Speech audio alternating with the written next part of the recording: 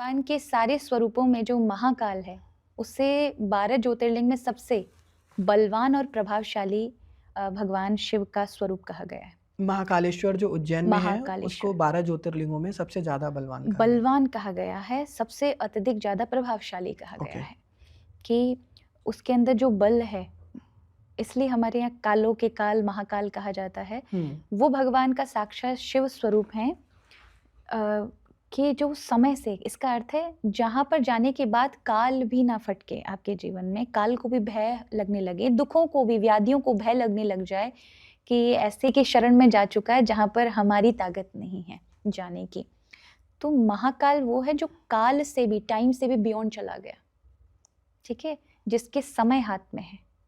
इसलिए शिव के गले में सर्प चलता रहता है, खिसकता रहता है। बासुकी है, शेषनाग है, वो खिसकते हैं। उसका अर्थ है काल जो है, समय जो है, चक्र खिसक रहा है हर एक व्यक्ति के साथ, लेकिन महाकाल के हाथ में समय है, ठीक है, वो चाहे तो सब कुछ बदल सकता है। ऐसा मतलब हमेशा सुनने को मिलता है कि कोई चीज़ अगर आपके भाग्य में नहीं भी है और आप बहुत ज़्यादा परेशान हैं, तो आप बस एक बार महाकालेश्वर, महाकाल के दर्शन करके आ जाएं और आपको वो चीज़ आपके जीवन में मिल जाएगी। आपके प्रारब्ध में नहीं है तब भी शिव आपको दे देंगे। शिव दयालु हैं, शिव योग्यता नहीं देखते, इसलिए हम वैष्णव हैं, हमारे इष्ट कृष्ण हैं। पर यह सच है कि अगर महादेव अपना लेते हैं आपके जीवन में, आपको, आप महादेव की प्राय भक्ति करते हैं और फिर आप श्री कृष्ण की भक्ति करते हैं, तो ये महादेव का प्रसाद है, ठीक है। तो महादेव इतने दयालु हैं कि योग्यता भी नहीं है आपकी, तो भी आपको कृष्ण की सन्निधि, राम की सन्निधि प्रदान कर देते हैं, जो उनका वास्तविक स्वरूप है। तो महाकाल का अगर आप रूप देखें कि महाकाल की दयालुता, उनकी कृपालुता कितनी है कि वो आपने कितने पुण्य किए, कितने पाप किए, वो ये भी नहीं देखेंगे। आप उनके शरण में हैं, भाव से झुक गए ना, तो वो आपके जीवन में श्रीहीन भी होंगे, आप धन से हीन भी होंगे, धन भी नहीं है तो भी फिर यशश्री लगा देंगे कि कुबेर संपत्ति तुम्हें प्राप्त हो। और ऐसे कितने हैं उदाहरण स्वरूप कि जिन जिन भक्तों ने महादेव की शरण ली, महाकाल की शरण ली, वो, इसलिए श्रीमद् भागवत में सुखदेव जी से पूछते हैं परीक्षित जी कि शिव के भक्त दरिद्र नहीं होते, धन संपत्तिवान होते हैं, क्या शिव संपत्ति देते हैं? तो ये बात सुखदेव जी भी स्वीकार करते हैं कि शिव संपत्ति दाता है, शिव धन देते हैं, शिव सुख प्रदान कर देते हैं। लेकिन जब आप शिव से वो सब संपत्ति से ऊपर उठकर मांगते हैं, तो शिव कृष्ण को, राम को प्रदान कर देते हैं। वो शिव का ही दूसरा रूप है। ये लोगों के मन में हमेशा डाउट रहता है, कुछ लोगों के मन में, कि जब ये प्रश्न आता है भक्ति की बात और जिन्हें कुछ भी नहीं पता है भक्ति कहाँ से शुरू करें। गीता के विषय में भी लोग अक्सर ऐसा प्रश्न पूछते हैं, लेकिन अगर मैं भक्ति की बात करूं कि श्री कृष्ण की भक्ति करनी चाहिए या शिव की भक्ति करनी चाहिए, कहाँ से शुरू करना चाहिए? दोनों ही एक हैं, आपको जो भी प्रिय लगे। आप शिव को प्रेम करते हैं, शिव आपके इष्ट है, तो शिव की भक्ति करें। कृष्ण को मानते हैं तो मेरे लिए तो दोनों एक ही हैं। जैसे हमारी आंखें हैं, ये खराब कब हैं? जब एक ही चीज को ये दो देखें। लेकिन ये दो आंखें एक ही देख रही हैं, तो जो राम और कृष्ण में एकता को देखते हैं कि वो केवल और केवल स्वरूप में, सृष्टि के कार्य को बनाने में, वही शिव जब संहार करना है, सृष्टि को एक नया रूप देना है, तब तांडव करें, तो वही कृष्ण शिव बन जाते हैं। और जब सृष्टि का पालन करना है तो वही विष्णु बन जाते हैं, लीलाएं करते हैं, अवतार लेते हैं। तो दोनों में भिन्नता नहीं। अब वो आपके ऊपर है कि आपका क्या स्वभाव है, क्या संस्कार है, कि आप कौन सा रूप चुनते हैं। आप शिव को चुनते हैं, आप कृष्ण को चुनते हैं, दोनों एक ही है। आपको एक ऐसा मंत्र बताना चाहोगी, मतलब शिव का, कि जो व्यक्ति को प्रतिदिन अपने जीवन में जिसका उच्चारण करना चाहिए, जिससे उसे बहुत अच्छे लाभ देखने को मिले, इंस्टेंटली बदलाव बिल्कुल उसके जीवन में आ सकता है? देखिए, शिव के तो बहुत सारे मंत्र हैं, बीज मंत्र भी हैं, महामृत्युंजय जाप है। तो महामृत्युंजय, मृत्युंजय जाप उसे कहते हैं जिसमें आप बीज मंत्र का उपयोग नहीं करते। ओके, बीज मंत्र क्या होता है, आप मुझे बताइए इस विषय में जैसे थोड़ा। चालू करते हैं हम जब माँ के ऊपर या कोई भी शब्द है, अक्षर है, उनके ऊपर अंग की बिंदी लगती है, ओके, ठीक है, कुछ ना कुछ अक्षर होंगे। तो आप जब, मैं यहाँ पे जाप नहीं कर सकती महामृत्युंजय का, इसलिए क्योंकि उसका बहुत मर्यादा है। तो जब महामृत्युंजय, उसमें बीज मंत्र आगे होंगे, और महामृत्युंजय ये ओम त्र्यंबकम यजामहे ये बाद में होगा। ओके, ठीक है, वो महामृत्युंजय, उसका साधना की जाती है। ये मंत्र आजकल लोगों को मतलब ऐसा रहता है कि वो इतने मंत्र का उच्चारण करते हैं, लेकिन उन्हें तो कोई फ़र्क ही नहीं देखने को मिलता उनके जीवन में। उन्हें इंस्टेंट ना भौतिक कोई लाभ मिलता है, ना मानसिक उन्हें कोई लाभ मिलता है, ना उन्हें आसपास कोई चेंज दिखता है। कोई मतलब तरीका है कि जिसकी वजह से ये मंत्र सिद्ध होते हैं? हम लोग तो पहले सुनते थे कि मंत्रों के बल पर लोग इतनी-इतनी चीज़ें कर लेते थे, अब आजकल तो कुछ देखने को नहीं मिलता। आपने जो पहला प्रश्न किया था महामृत्युंजय, उसमें थोड़ा-सा डिफरेंस समझ लेते हैं, उसके बाद फिर इस पर आएँगे।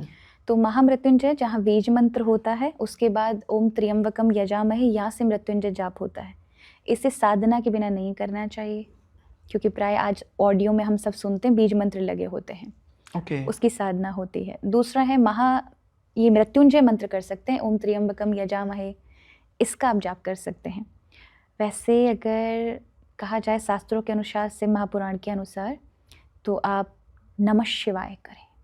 नमः शिवाय केवल। नमः शिवाय, नमः शिवाय। अगर आप बहुत शुद्धि के साथ करते हैं, तब वहाँ पर ब्रह्मवाचक है ये शब्द ओम लगाएं।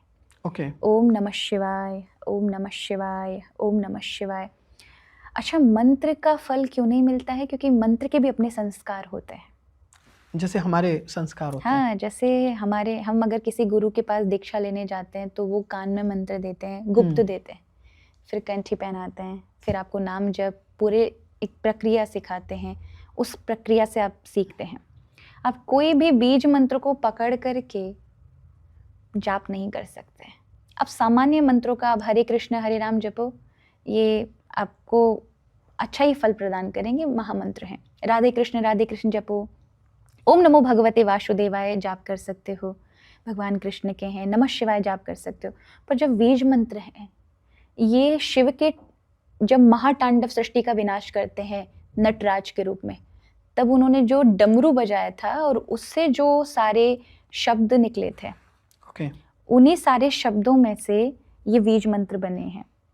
जितने ब्रह्मांड में शब्द हैं, उन सभी शब्दों के बीज मंत्र, तो आप जो भी कुछ उठाएंगे वो शिव का ही देन है, कहीं ना कहीं बीज मंत्र होते हैं। तो बीज मंत्रों की साधना होती है। क्योंकि ये चीज़ हम लोग साइंस में भी बहुत इवन बचपन से ही देखते आ रहे हैं कि जो लोग रिसर्च करते हैं स्पेस वगैरह के बारे में, उन्हें भी वहाँ कुछ ना कुछ ओम जैसा ही उन्हें यूनिवर्स में साउंड सुनाई देता है। अच्छा, हमारे यहाँ पर ध्वनि का विशेष महत्व है। ध्वनि का? ये साउंड का। ओके। साउंड आपके जीवन में बहुत महत्वपूर्ण है, क्योंकि संसार में भी जो कुछ देख रहे हैं, ये ध्वनि तभी है कि जब दो टकरा रहे हैं, यानी प्रकृति और पुरुष का स्वरूप है, उसी से संसार की सारी चीजें बन रही है। अगर मैं बात कर रही हूँ, तो मेरे दो तालुओं से जीभ टकरा रही है, ये तालु नीचे और फिर नीचे जाती है, फिर जीभ टकराती है, तो उसी से शब्द बनते हैं, ध्वनि बनती है। एक शब्द है जो आपको दुखी कर सकता है, अगर मैं यहाँ से बोलूँ, एक शब्द है जो आपके हृदय में प्रसन्नता, आगे बढ़ाने की प्रेरणा दे सकता है, एक शब्द है गाली बनकर आपके जीवन को प्रभावित कर सकता है, और एक शब्द है आपके जीवन को उत्थान की ओर लेके जा सकता है। शब्दों के अंदर कितनी ताकत है। वही शब्दों की अगर ऊर्जा को आप मंत्रों के माध्यम से अपने जीवन के उत्थान के लिए लगा दें, तो मंत्र का अर्थ होता है मन के स्तर को जो उच्च अवस्था तक उठा दे, गिरे हुए मन को योगी जैसी श्रेणी में लाके खड़ा कर दे, तो वो मंत्र करते हैं। मंत्र भूत भविष्य इन सबको भी बताने का बहुत बड़ा कारण है, प्रभाव छोड़ता है। अगर आप तंत्र में घुस जाते हैं, तो मैं कहूँगी सात्विक स्थिति से शुरुआत करें। तो मंत्र के भी संस्कार होते हैं। पहला होता है जप करना चाहिए। जब भी 4 प्रकार के होते हैं। एक होता है वाचिक, जब आप मुंह से बोल के कहते हैं राम राम राम राम, सीता राम, ओम नमः शिवाय, ओम नमः शिवाय, ओम नमः शिवाय, इसे कहते हैं वाचिक, वाणी से बोला जा रहा है। एक होता है उपांशु, जिसमें आप केवल सुन पा रहे हैं, कोई दूसरा नहीं सुन पा रहा है। कोई भी मंत्र है वो आपके कान तक ध्वनि जाए, उसे उपांशु कहते हैं, कि ओम नमः शिवाय, ओम नमः शिवाय, ओम नमः शिवाय, ओम नमः शिवाय, तो वो ध्वनि आप तक जा रही है। एक होता है मानसिक, जब आप कुछ बोल नहीं रहे और आप सिर्फ विचार कर रहे हैं, और विचार में ही सारे मंत्र चल रहे हैं, बार बार आ रहे हैं, उनकी आवृत्ति हो रही है, सर्किल बन रहा है, केवल आप सोच रहे हैं, विचार में ही चल रहे हैं, आप सिर्फ ऐसा सोचते हैं और मंत्र चालू है, इसे कहते हैं मानसिक। ठीक है। इसके बाद की अवस्था है अजपा जाप। अजपा माने आप कुछ भी बात कर रहे हैं, वो अभ्यास में इस प्रकार बैठ जाता है कि एकदम से जब आप बात करते उठते हैं, तो आपको वो जाप चलता हुआ मन में दिखाई पड़ता है, इसे कहते हैं अजपा। वो श्वास श्वास पे चलने लगता है, और कई महात्माओं को अजपा जाप की सिद्धि प्राप्त है। तो जब आप पहला स्तर करते हैं मंत्र का, वो जाप होता है। जाप के बाद 10,000 आपने जाप किए हैं, या आपने कोई सिद्धि करने के लिए, साधना करने के लिए, कुछ भी आपका विषय रहा हो, आपको जॉब पानी है, कुछ नया करना है, कुछ साधना अपने जीवन के उत्थान के लिए करनी है, अपनी ऊर्जा को बढ़ाना है, तो मैं कहूँगी गायत्री की साधना करें, गायत्री मंत्र का, या ओम नमः शिवाय मंत्र का जाप करें, या देवी मंत्र का, या ओम नमो भगवते वासुदेवाय मंत्र का। तो अगर आप साधना करना चाहते हैं तो 31 दिन की, 40 दिन की ऐसा बनाएं, उसमें सात्विक भोजन लें और आसन बिछाएं। अगर आनंद चाहते हैं तो पीला बिछाएं, शांति चाहते, मन की शांति चाहते, चारों ओर इस प्रकार की स्थिति है, तो ऐसे में सफ़ेद आसन बिछाएं। कोई भी मंत्र लें, उसका पहले अगर 1.25 लाख का आपने संकल्प किया है तो 1.25 लाख पूरा होना चाहिए इन 40 दिन के अंतर्गत। तो आप 10,000 जाप करते हैं, जो भी आपकी संख्या है, तो ऐसा है कि जाप के बाद फिर उसका यज्ञ होता है। अगर आपको उस मंत्र को सिद्ध करना है, उसकी विधि है साधना के, उस पर आप ऐसे जाप कर रहे हैं तो वो तो सामान्य, लेकिन आप सकाम भावना से करते हैं, कुछ पाने के लिए कर रहे हैं, तो आप 1.25 लाख 40 दिन में करेंगे, उसकी गिनती बना लें कि एक दिन में इतना होगा, तब 40 दिन में 1.25 लाख हो जाएगा। तो जब आप 10,000 का अगर बनाते हैं कि एक दिन में 10,000 आप जाप करेंगे, तो फिर आपको कम से कम 1,000 आहुति करनी पड़ेंगी। ठीक है, इसे कहते हैं यज्ञ, उससे वो पवित्र होता है जाप। उसके बाद तर्पण करना पड़ेगा, तो आपको 100 तर्पण करने पड़ेंगे। फिर मार्जन आता है, फिर 10 मार्जन करने पड़ेंगे। अपने आप को उस देवता से या उस मंत्र से जोड़ना पड़ेगा, मतलब उस मंत्र में अपने आप को लीन करना पड़ेगा। और उसके उपरांत होता है कि फिर आप भोजन कराएं, 1 व्यक्ति को, 5 व्यक्ति को, 10 व्यक्ति को उसका दशांश भोजन कराना चाहिए, तब जाके मंत्र हस्तगत होता है। ठीक है, ये साधना है। इस साधना से जब आप करते हैं कोई कार्य, तो आपके लिए कोई भी चीज़ दुर्लभ नहीं होती। मंत्र को भी कैसा करना चाहिए, हम क्या करते हैं, जल्दी जल्दी फिरते हैं। ऐसे आप कोई संख्या में थोड़ी ना है भगवान, आप चित्त वृत्ति से मंत्र पे ही आपका विचार होना चाहिए, आराम से फोकस होना तो चाहिए पूरा। ऐसे समझिए कि एक मंत्र की माला को जाप करने के लिए 4 मिनट लगता है। एक मंत्र की माला को कोई भी मंत्र हो सकता है उससे जल्दी लगे, 6 मिनट भी लगता है। गायत्री मंत्र की एक माला को 6 मिनट 5 मिनट लगता है 108 पूरे होने में। तो वो धीरे धीरे बोला जाता है ना, ओम भूर्भुवः स्वः तत्सवितुर्वरेण्यं भर्गो देवस्य धीमहि धियो यो नः प्रचोदयात्। तो 4 उसमें बांटा, चतुष्पदी कहा जाता है उसको, 4 भागों में बांटा जाता है। तो इस प्रकार से बोला जाता है एक एक। तो फिर लगाना चाहिए कि 6 मिनट 7 मिनट या 5 मिनट में हमारी पूरी हो रही है, तो लगा लो 10 माला कितने में होगी, टाइम फिक्स कर लो, और फिर उसी टाइम के अकॉर्डिंग 5-10 मिनट अगर ज़्यादा हो जाए तो चलेगा।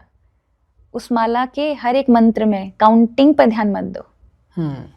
ठीक है, एक दिन काउंटिंग करके टाइम काउंट कर लो, उसके बाद बिना माला के जाप करो, केवल मंत्र पे ध्यान होना चाहिए। तो ऐसा मंत्र उत्थान करता है आपका, तुरंत इफेक्ट करता है, प्रभाव डालता है। और अगर आप कोई कुछ चाहते नहीं हैं, प्रभु की कृपा चाहते हैं, तो ऐसे में आप सात्विक रीति से करें, बैठ जाएं, बस मंत्र पे विचार करें, मंत्र पर ध्यान दें, मंत्र को ही जाप करें, तो फिर आप अपना उत्थान कर लेते हैं। हमारे यहाँ पर कई बार साधना वैष्णव परंपरा में उतनी महत्वपूर्ण नहीं है, सेवा महत्वपूर्ण है। तो आप सेवा भाव से करते हैं तो बहुत कुछ पा लेते हैं। तो मैं कहूँगी नमः शिवाय जाप करो, भगवान कृष्ण का जप करो, राधा रानी का जप करो, भाव से करो। और किसी को अगर अपने जीवन में प्रेम चाहिए हो, फिर क्या करना चाहिए? प्रेम चाहिए तो प्रेम भी भगवान से मिलेगा। क्योंकि ये बहुत बड़ा, जहाँ तक मैंने देखा है कि हमारे यहाँ क्या होता है कि हालांकि वैसे तो सब एक ही हैं, हमारे यहाँ वेदों में भी कहा गया है कि एक ही ब्रह्म है, लेकिन हर किसी के अपने अलग अलग काम निर्धारित हैं। हनुमान जी की लोग अलग दृष्टिकोण से आराधना करते हैं, श्री कृष्ण की अलग दृष्टिकोण से करते हैं, भगवान शिव की अलग से करते हैं। तो मैं चाहता हूँ कि आप कुछ थोड़ा सा मतलब स्पेसिफिक करके मुझे बताएं कि सपोज किसी को अपने जीवन में केवल प्रेम चाहिए, उसे किसकी आराधना करनी चाहिए? केवल किसी को शक्ति चाहिए या धन चाहिए, उसे किसकी आराधना करनी चाहिए? देखिए, प्रेम के लिए आपको किसी की आराधना नहीं करनी है, प्रेम के लिए आपको प्रेम देना पड़ेगा। ठीक है, सीधा सिंपल फंडा है, आप प्रेम देना चालू करें। हमारी गलती कहाँ होती है, हम प्रेम उन्हें करते हैं जो हमें नहीं करते। ठीक है, होता ही उन्हीं से है। हाँ। और हम ये भूल जाते हैं क्योंकि हमें उतनी जागृति, अवेयरनेस नहीं होती कि आप जब भी किसी को प्रेम देते हैं ना, प्रेम और नफरत, क्रोध, वो ऊर्जा है, वो सर्किल है, वो रिटर्न में आता है, उस आदमी से नहीं आएगा। हमेशा आप जिससे प्रेम कर रहे हैं, ये बिल्कुल 100% ऐसा नहीं होता कि उसी से प्रेम रिटर्न में आएगा। आपको अन्यत्र कहीं से मिलता है। आपकी माँ से मिलेगा, आपकी दादी से मिलेगा, आपके पिता से मिलेगा, आपकी बहन से मिलेगा, आपके किसी मित्र से मिलेगा। पर हम हमेशा असफल अपनी ज़िंदगी में इसीलिए रहते हैं क्योंकि जो हमें बहुत प्रेम कर रहे होते हैं, हमारा कभी भी उनको लौटाने का प्रेम नहीं बन पाता। कोई हमें मैसेज नहीं कर पाता तो हम 10 बार सोचते हैं, कुंठित होते हैं, ग्लानि में होते हैं कि उसने मुझे प्रायोरिटी नहीं दी। पर उसी समय हमें कोई और भी प्रेम करता है, वो हमारी माँ है, शायद वो फ़ोन की प्रतीक्षा में होगी, काश मेरा बेटा मुझे इस समय फ़ोन करता, न जाने कैसी स्थिति में है। कभी हमारा वो सुन नहीं जाता। तो प्रेम मिलता है, प्रेम देने से मिलता है, पर आप उस ओर मांगते हैं जो बहुत क्षुद्र चीज़ें हैं, उनसे आप प्रेम की तलाश कर रहे होते हैं। प्रेम का चक्र इस प्रकार का है कि आपको मिलता है, अगर आप यहाँ देंगे तो बॉस से मिलेगा, किसी अन्यत्र को दे रहे हैं तो अन्यत्र कहीं से मिलेगा।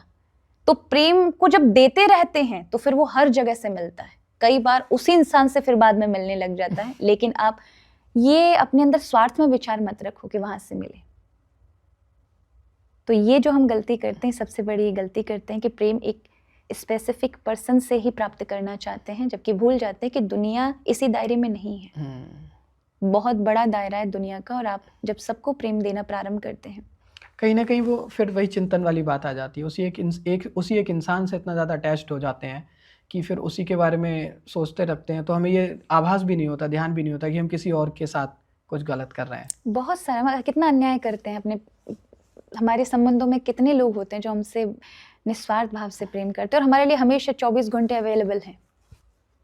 ठीक है, जब आप फ़ोन करो तब अपना सारा काम छोड़कर आपके लिए, पर हमारा कभी भी उनको कभी हम ना तो प्रायोरिटी देते हैं, इसलिए जीवन में हम दुखी होते हैं क्योंकि हम अच्छे लोगों को नहीं पहचान पाते जो सच में हमसे प्रेम करते हैं। हम उनमें डूबे होकर दुखी हो रहे होते हैं जिनको हमारी कोई परवाह नहीं होती। तो इसे कहते हैं अज्ञानता। ठीक है, इसी से ऊपर उठाती है आध्यात्मिकता, कि आप थोड़ा सा समझ पाएं, ये समझदारी आए। तो मैं कहूँगी कि प्रेम संसार का पाने के लिए भगवान के पास बिल्कुल मत जाइए। क्यों? क्योंकि अगर आप प्रेम पाने के लिए भगवान के पास जा रहे हैं तो हमेशा याद रखना, संसार के प्रेम में भगवान के प्रेम में बहुत अंतर है। अगर भगवान के पास प्रेम मांगने जाओगे तो भगवान सारी असलियत खोल के रख देंगे सभी प्रेमों की। यानी आपके व्यक्तिगत जो प्रेम आप चाहते हैं ना, उन सब तुम्हारे अगेंस्ट खड़े हो जाएंगे, और उनकी हकीकत जो है, आंतरिक जो है, वो भावनाएं तुम्हें प्रत्यक्ष दिखाई पड़ेगी। तब तुमको सच में प्रेम अगर किसी से होगा तो भगवान से होगा, अन्यत्र किसी से नहीं हो सकता। फिर उस पर भरोसा हो गया ना, फिर ये छोटे मोटे प्रेम ना आप ले चलेंगे उनको साथ में। इसलिए कहा जाता है कि प्रेम एक ऐसी तीली है जिसको आपने जला लिया, जितना हो सके उसे भगवान का दिया जला ले, भगवान के चरणों में अपनी लौ लगा ले, नहीं तो यही प्रेम आपके हाथ को जला देगा। वो तिल्ली आपके हाथ तक पहुंचेगी उसकी आग, और कहीं ना कहीं हम पीड़ित होंगे, पीड़ा में होंगे। तो जहाँ स्वार्थ में प्रेम होता है वहाँ पर हमें पीड़ा होती है, जहाँ निस्वार्थ प्रेम होता है वहाँ पीड़ा नहीं होती है, वहाँ किसी प्रकार का कोई डर भी नहीं होता। मतलब कोई एक्सपेक्टेशन नहीं होनी चाहिए। देखो, हर एक संसार में कौन सा ऐसा रिश्ता है जिसमें एक्सपेक्टेशन ना हो?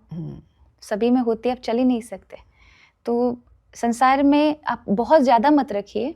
एक संबंध को अगर आपको रखना है तो उसमें कम इच्छाएं रखिए, कम आशाएं रखिए, क्योंकि अगर आप किसी को आशाओं में, इच्छाओं में बांधते हैं कि वो ऐसा ही करे, तो यहाँ पर आप अन्याय कर रहे हैं। छोड़ दीजिए। पर कई बार क्या हम गलत करते हैं, आज एक अलग मेंटालिटी बन गई, वो वेस्टर्न की ओर से आई है। वो मेंटालिटी है कि हम, कोई भी, किसी ने अगर थोड़े कार्य के लिए आपको बहुत प्रेम करता हो, आपकी केयरिंग करता हो, और किसी ने किसी व्यक्ति को देखा, उसको आभास हो ये व्यक्ति ठीक नहीं है, उसने रोक दिया, से बात मत करना, राइट, तो कहते हैं भैया ये तो रेड फ्लैग पर्सन है, ये तो गलत इंसान है। तो फिर उसको ये ताने देते हैं कि प्रेम तो स्वतंत्र करता है, प्रेम बांधता नहीं है। बिल्कुल सही बात है। प्रेम स्वतंत्र करता है, आपको आपकी इच्छाओं के अनुसार कार्य करने देता है, छूट देता है, उससे विश्वास होता है कि आप कभी गलत कदम नहीं उठाएँगे। लेकिन ये स्वतंत्रता यदि स्वच्छंदता बन जाती है, अगर नदियों को स्वतंत्रता मिलती है 2 किनारों तक रहने, वो कितना भी बहें, पर 2 किनारों को नहीं लांघती। तो सीमाएँ, मर्यादाओं में जब तक आप हैं, तब तक प्रेम बना रहेगा। लेकिन वही सीमाओं को तोड़ करके जब नगर और शहर की ओर भागती हैं, तो पूरा शहर और नगर डूब जाता है। उसी प्रकार ऐसे परिवार, ऐसे संबंध सब डूब जाते हैं जब वो हमारी स्वतंत्रता, इंडिपेंडेंट जो होती है, इंडिपेंडेंसी को वो स्वच्छंदता बना लेते हैं, फ्रीडम बना लेते हैं और सारी लिमिटेशन तोड़ देते हैं। तो मैं कहूँगी कि ये जो वेस्टर्न से चीज़ें आई हैं रेड फ्लैग बनकर, फिर तो वो हर एक इंसान में दिखेंगी ना। जो भी आपकी केयरिंग करेगा, जो भी आपको रोकेगा, थोड़ा टोकेगा, आपके लिए सोचेगा, अति नहीं होनी आजकल लोग चाहिए। उसे रेड फ्लैग समझते हैं। हाँ, वो गलत है। वो तो फिर ये हुआ कि आपको बिल्कुल स्वतंत्र कर दे और जो भी मन में आए वो आप करें, ये तो गलत है, अन्याय। हमारा भारत की परंपरा ये नहीं रही है। आप स्वतंत्रता दें, लेकिन स्वतंत्रता जिसको दी उसको अपनी लिमिट पता होनी चाहिए, जिससे हमारे संबंधों पर उसका असर ना पड़े। पर प्राय कई लोग लिमिट को तोड़ करके और उसको स्वतंत्रता समझने की गलती करते हैं, इसलिए वो किसी रिश्ते में खुश नहीं रह सकते। आपकी इस बात से पता है बहुत लोग ऑफेंड हो जाएंगे। हो जाएंगे, लेकिन ये सच्चाई है। क्योंकि लोगों को आज के टाइम पे हम देख रहे हैं सोशल मीडिया के टाइम पे इतना ज़्यादा रेड फ्लैग्स, ग्रीन फ्लैग्स, ये वर्ड्स इतना पॉपुलर हो गए हैं। हर किसी को जानना है, हर किसी को ऐसी फ्रीडम चाहिए कि उन्हें कोई रोके ना टोके ना, उनकी लाइफ उनके हिसाब से चले। बट मुझे लगता है कि जब दो लोग चाहे किसी भी तरीके के रिलेशन में हो, माँ बाप का हो, चाहे गर्लफ्रेंड बॉयफ्रेंड का हो, आपके पति पत्नी का हो, किसी का भी हो, लेकिन दोनों की एक दूसरे से एक्सपेक्टेशन होती है और दोनों का अधिकार भी बनता है, फिर वो वहाँ ये चीज़ें थोड़ी सी स्वाभाविक हो जाती हैं। आप इंटेंशनली नहीं करते, कई बार वो आपका उनको लेके केयरिंग की वजह से या वो हो जाता है बाय नेचुरल। आपको जानना होता है कि भाई आप कहाँ गए थे या क्यों गए थे, आपके माइंड में वो चीज़ आती है। बट आजकल ऐसे रिलेशन बहुत ज़्यादा चल भी नहीं पा रहे हैं, मैं देख रहा हूँ। देखो, एक और बात है, किसी भी संबंध में आदान प्रदान करना होता है, ठीक है। आप आदर रखें, आप प्रेम रखें, एक दूसरे के प्रति सद्भावना देखें, उन्हें खुले विचार भी दें। पर इसका मतलब ये नहीं है कि आप उन्हें बांध दें किसी चीज़ में। तो अगर आप उन्हें एक खुलापन देते हैं, उनको समझते हैं, माता पिता को भी समझते हैं, वो मैं ये कहूँगी 100% माता पिता कई जगहों पर बिल्कुल सही होते हैं। हमारा नया नया जीवन होता है, जो नई नई फ्रीडम आज की नई यूथ को मिलती है 18, 19, 20 साल की उम्र में, तो वो उसको एंजॉय करना चाहता है। पर वो एंजॉय कब उसके बुराई में परिवर्तित हो जाती है कि वो कब बहुत बड़ा शराबी बन गया, आदत लग जाती है, कब वो क्लब पब में जाने लगा, कब अपना सारा टाइम जो पढ़ाई में उसे करना चाहिए वो गेम और बाकी सब जुए इत्यादि में और गैम्बलिंग में ये सब करने में लगा रहा है। तो ऐसे में आप बताइए कि आपने स्वतंत्रता का फायदा उठाया ना? ये तो आपको खुद मैच्योरिटी नहीं है, इसलिए माता पिता ने एक लंबा जीवन जिया। उनको पता है कि हमारे बच्चे पर संग का प्रभाव पड़ सकता है, इसलिए जब भी कोई बच्चा बिगड़ा होता है या बिगड़ रहा होता है, तो माता पिता कहते हैं हम क्या करें, हमारे हाथ से। तो आप संग चेंज कर दो, उस बच्चे का संग बदलने का प्रयास करें, उसको पॉजिटिविटी की ओर लेके जाएं।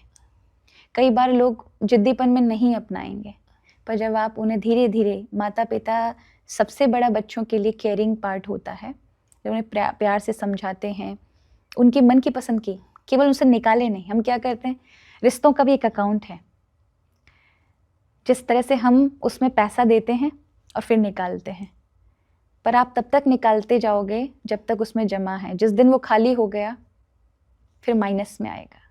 उसी तरह से हम क्या करते हैं, हम सम्मान के शब्द, हम दूसरों की देखभाल, हम जब उन्हें आवश्यकता होती है उसके लिए समय, प्रेम, ये सब नहीं दे पाते, पर निकालते बहुत ज़्यादा है। ताने मारेंगे, अपमान करेंगे, गलत बोलेंगे, हमेशा नीचा दिखाने की कोशिश करेंगे, तुम कुछ नहीं कर पाओगे, बार बार कहेंगे, तो हम निकालते जाते हैं। फिर एक समय आता है माइनस में हो जाता है ना वो रिश्ता, तो जिससे बहुत प्रेम दिखाई पड़ रहा था, उसी से घृणा होने लगती है। अब आदमी में इतना बदलाव कैसे हुआ? वो बन नहीं पाती फिर संबंध चाहे किसी के भी हो। आज हम संबंध को एक स्पेसिफिक रूप में देखते हैं, पति पत्नी का, पार्टनर का। प्रेम एक ऊर्जा है, वो आप किसी रूप में देख सकते हैं, बहन के रूप में देख सकते हैं, उसके लिए एक अलग ऊर्जा बनाई हुई है, पर प्रेम तो एक ही है ना।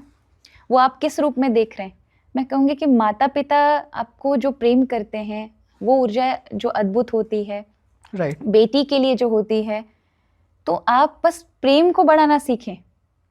वो ऊर्जा अपने आप दूसरों पर भी इम्पैक्ट करती है। जब आप देना सीखेंगे, लेने की अपेक्षा कम रखेंगे, कम से कम रखेंगे, तो सच में कहूँ आप धर्मपूर्वक जीवन जिएंगे। अभी हम क्या स्वार्थी जीवन जी रहे हैं, और आजकल प्राय लोगों को केवल स्वार्थ पसंद है। बस मेरा जीवन खुश होना चाहिए और बाकी चाहे कुछ भी करें, मुझे क्या मतलब। टेम्परेरी। हाँ, वो जो क्या करते हैं कि परिवार को भी छोड़ना उनके लिए बहुत साधारण हो जाता है, सही बात है।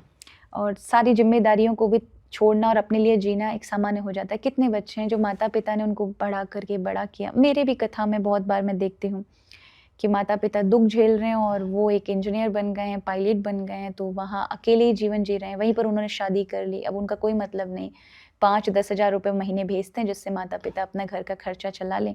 मुझे लगता है ऐसी संतानें नहीं होनी चाहिए। अगर ऐसी, लेकिन इसमें मुझे एक कारण ये भी लगता है कि आजकल ये चीज़ इसलिए भी इतनी बढ़ रही है क्योंकि जब समय होता है ना भक्ति का, इवन उनके ही पास का कोई कहे कि वृंदावन जाना चाहिए, ये करना चाहिए। अच्छा, अभी तो ये उम्र है तुम्हारी वृंदावन जाने की, अभी तो पढ़ाई लिखाई की उम्र है इसकी। आप प्रारंभ से ही उसको भौतिकवाद की ओर खुद ही धकेल रहे हो, तो एक टाइम के बाद वो चीज़ फिर उसके माइंड पे प्रभाव पड़ेगी। मैंने बहुत सुना है, मैं किसी से पहले बोलता था, अब तो खैर मैं नहीं कहता किसी से, मैं इतना मतलब मेरा कांटेक्ट ही नहीं है, लेकिन जब मैं आपसे मिला था उससे पहले मेरी बहुत आदत थी, मतलब मैं अगर कभी वृंदावन आ रहा हूँ, अच्छा तुम, तो उनके पेरेंट्स मुझे बड़ा स्ट्रिक्टली बोलते थे, अरे पढ़ाई पे ध्यान दो, अभी कोई उम्र है वृंदावन जाने की, अभी तो ये करने की उम्र, ये कोई उम्र है करने की, ये काम करने की। देखो एक और बात है, हमारी पेरेंटिंग में भी तो कमी होती है ना, कि आप शुरू से आध्यात्मिकता वो चीज़ें देते ही नहीं हैं बच्चों को। आप बहुत अच्छी भौतिकता दे रहे हैं, आप उन्हें शिक्षा दे रहे हैं, अच्छी एजुकेशन दे रहे हैं, पर ये भी याद रखें उनकी मानसिक भावनाओं में क्या दे रहे हैं। उन्हें क्या किसी ऐसी शक्ति से भी जोड़ने का प्रयास कर रहे हैं कि जब कभी वो डिप्रेशन में आए, जीवन जिंदगी उन्हें जूझने के लिए तैयार करेगी, तब उन पर कैसा असर पड़ेगा। कोई ऐसी शक्ति है, ऐसी कोई पावर से जोड़ा, ऐसा किसी विश्वास को निर्माण किया है। इसमें माता पिता हमेशा पीछे होते हैं। आपकी बात बिल्कुल सच है, उसी के दिन ये होती है। मुझे इस चीज़ पे एक स्टोरी भी याद है अभी भी, आपने शायद सुना होगा उसको। हमारे ही इंडिया का एक लड़का था, चेन्नई का, तो उस साउथ साइड का, तो उसने मतलब अपनी लाइफ में इतना कुछ अचीव किया, हर जगह टॉपर, इवन आईआईटी में एडमिशन लिया, उसके बाद फिर वहाँ से उसका प्लेसमेंट हो गया, फॉरेन चला गया, वहाँ कंपनी में एक बहुत ही अच्छी पोजीशन पर, उसने वहाँ शादी भी कर ली, बच्चे भी हो गए, सब कुछ, एवरीथिंग इज़ गोइंग गुड। फिर सडनली कोविड आया तो उसकी जॉब चली गई कोविड में, और काफ़ी टाइम हो गया वहाँ सर्वाइवल नहीं कर पाया वो, तो उसने बाकायदा एक नोट लिख के छोड़ा कि मतलब मैं अब इससे ज़्यादा नहीं झेल सकता। उसने खुद भी जहर खा लिया, अपने बच्चों को, अपनी बीवी को, सबको उसने सुसाइड कर लिया वहाँ पर। तो मुझे लगता है कि आपकी लाइफ में आपको डिप्रेशन और फेलियर झेलने की भी आदत होनी चाहिए। अगर आपको हमेशा सक्सेस आपके माइंड में कि बना है तो वो भी ठीक नहीं है। देखो एक और बात है, इसी को कहते हैं कि आपको फिर क्यों अध्यात्म की आवश्यकता पड़ती है, क्यों उस शक्ति की आवश्यकता पड़ती है, क्योंकि मन आपको उस दायरे में फंसा देगा। ठीक है, जब आप एक ही चीज़ों के चिंतन, देखो डिप्रेशन सबकी लाइफ में होता है, ठीक है, लेकिन वो हफ्ते भर तक चलना चाहिए। अगर वो महीने भर तक है, 6 महीने तक है, फिर आप बहुत बुरी स्थिति में हैं। आने वाले उसमें आप सुसाइड अटेम्प्ट भी कर सकते हो। आते हैं लोगों को ऐसे थॉट्स। तो ऐसे में क्या होगा कि आप बार बार चिंतन करें ना एक ही चीज का, आपका मन बार बार उसी माला में घूम रहा है, ये मेरे साथ हुआ, ये मेरे साथ हुआ, ये मेरे साथ, तो फिर क्या होगा, वो चीजें और बढ़ती चली जाएंगी। ऐसे समझिए यहाँ पर एक ग्लास हो, और ग्लास का वजन होगा 100 ग्राम, लेकिन उसको मैं 10 घंटे एक हाथ पर रखूं तो 100 टन का नजर आएगा। लेकिन बाद में मेजरमेंट करेंगे ग्लास का वजन कितना था, 100 ग्राम।